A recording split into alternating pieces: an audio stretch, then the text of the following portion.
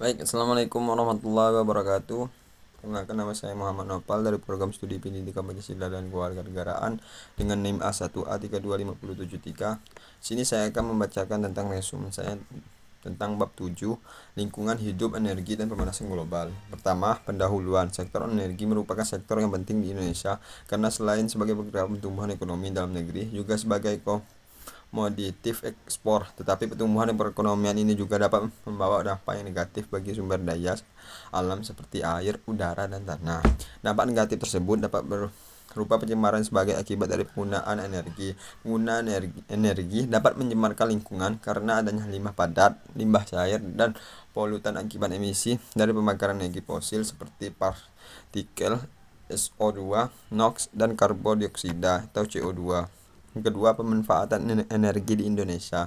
Sumber energi di Indonesia dapat dikelompokkan menjadi dua, yaitu sumber energi fosil dan sumber energi terbarukan. Sumber energi fosil terdiri atas minyak bumi, gas alam, dan batu bara. Cadangan minyak bumi saat ini sudah sangat terbatas, sedangkan cadangan gas alam masih mencukupi dan cadangan batu bara masih melimpah. Batu bara merupakan sumber energi fosil dengan cadangan terbesar, yaitu 36 sampai 34 kali 109 ton. Sedangkan cadangan gas alam sebesar 137,79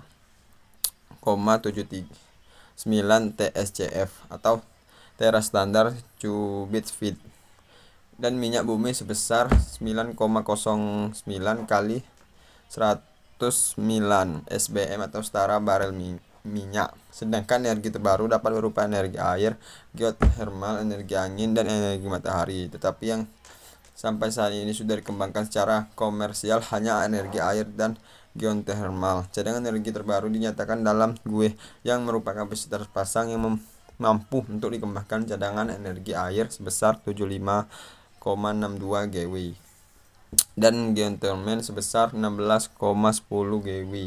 Cadangan energi terbarukan ini belum banyak dimanfaatkan pada saat ini. Sampai tahun 1997 pemanfaatan energi air hanya sebesar 3% dan geothermal sebarsingkas penggunaan energi fosil akan menghasilkan emisi seperti partikel SO2, NOx, dan CO2. Emisi partikel SO2 dan NOx adalah bahan polutan yang berhubungan langsung dengan kesehatan manusia. Di samping itu, masyarakat internasional juga menaruh perhatian terhadap isu lingkungan global seperti terjadinya pemanasan global. Emisi CO2 merupakan sumber terbesar yang bertanggung jawab terhadap terjadinya pemanasan global. Emisi CO2 tidak berhubungan langsung dengan kesehatan. Pengaruh partikel emisi terhadap kesehatan dan lingkungan secara tingkat. Berdasarkan World Development Report 1998 sampai 99 dari Bank Dunia, total emisi CO2 di dunia pada tahun 1995 baik berasal dari penggunaan energi maupun dari sumber lain sebesar 22.700 juta ton.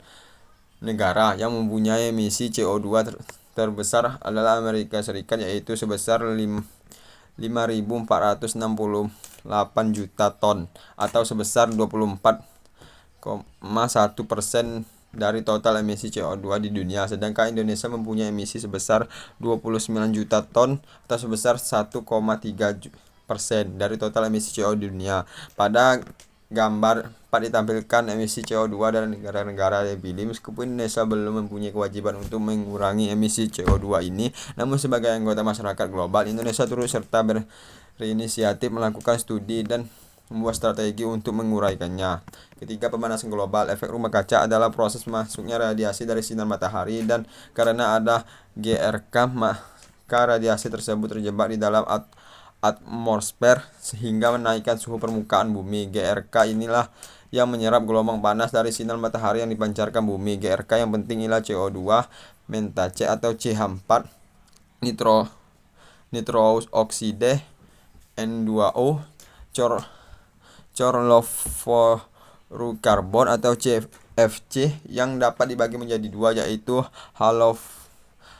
halofluorokarbon atau HFC dan fluorokarbon atau PFC dan sulfur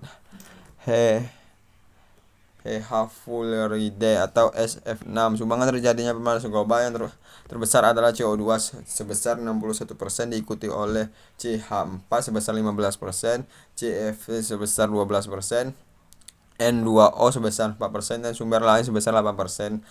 Jalan 2000. Yang menjadi sumber utama dari emisi CO2 adalah penggunaan energi dari pengundulan hutan. Untuk selanjutnya, dalam makalah ini, faktor yang mempengaruhi pemanasan global hanya ditinjau dari emisi CO2 akibat pengurangan energi, radiasi sinar matahari yang terjebak akan memberikan kehangatan bagi makhluk hidup bumi. Mungkin itu saja yang dapat saya sampaikan dari bab 7 ini. Sekian, terima kasih.